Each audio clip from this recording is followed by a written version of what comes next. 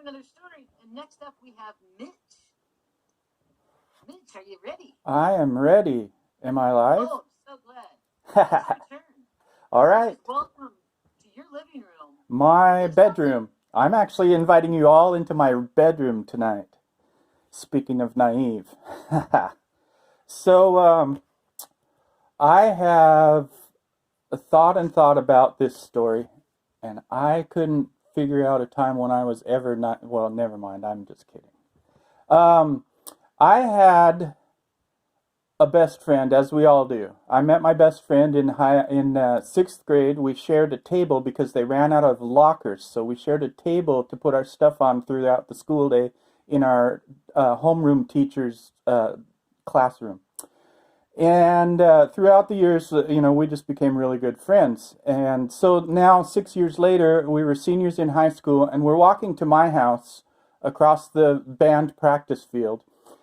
And he's telling me this joke, and I'm just not getting it. It's impossible. I can't figure it out. And so he finally has to go into some really, really specific anatomical details. Yeah.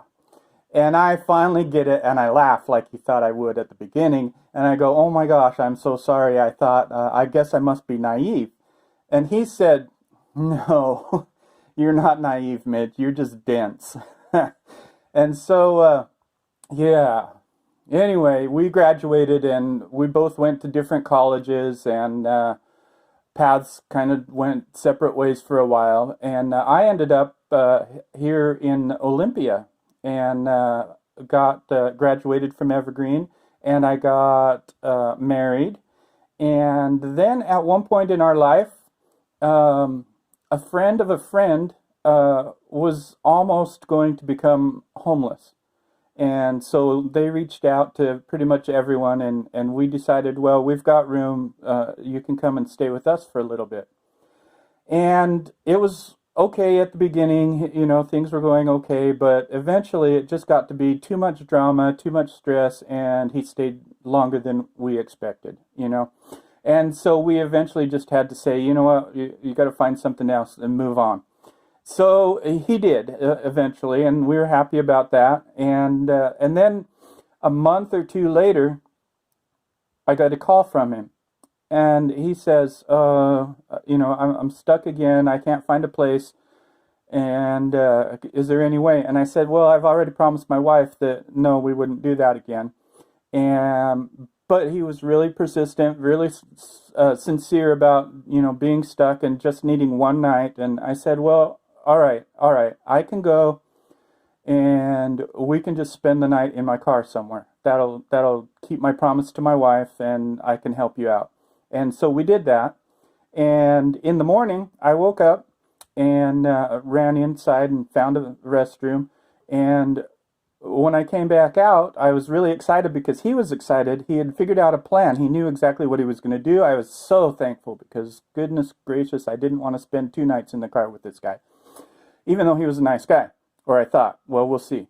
But, yeah, so he got a plan. He said he's going to meet his dad at the IHOP in Lacey. And I thought, well, that's, so I took him out there. We were out by Evergreen, I think, that night. And so I drove him into Lacey and dropped him off. And not even a mile away, my phone buzzed, and I looked down, and it was a transaction. And I thought, well, that's weird. I haven't done anything. So I pulled over and looked at it, and sure enough, $500 had been withdrawn at an ATM.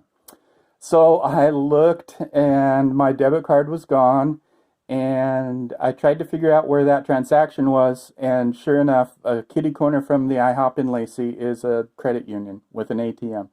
So I called him up, and I said, hey, I need my money back. That's clearly, this is the best way to do it. I already know you did it. You have my debit card, whatever.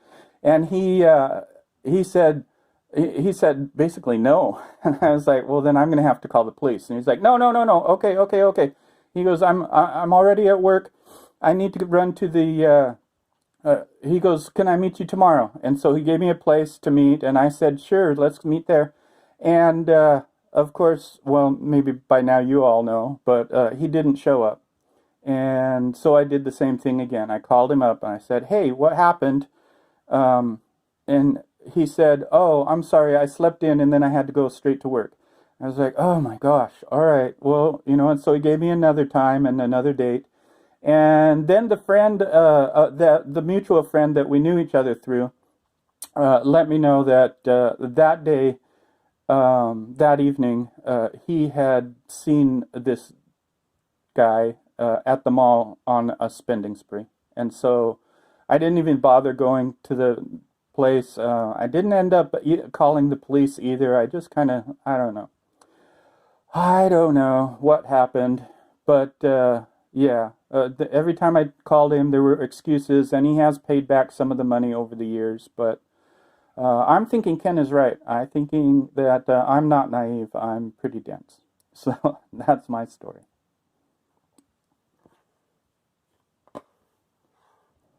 Thanks, everybody. Thanks, Mitch. Let's hear it for Mitch. Hey.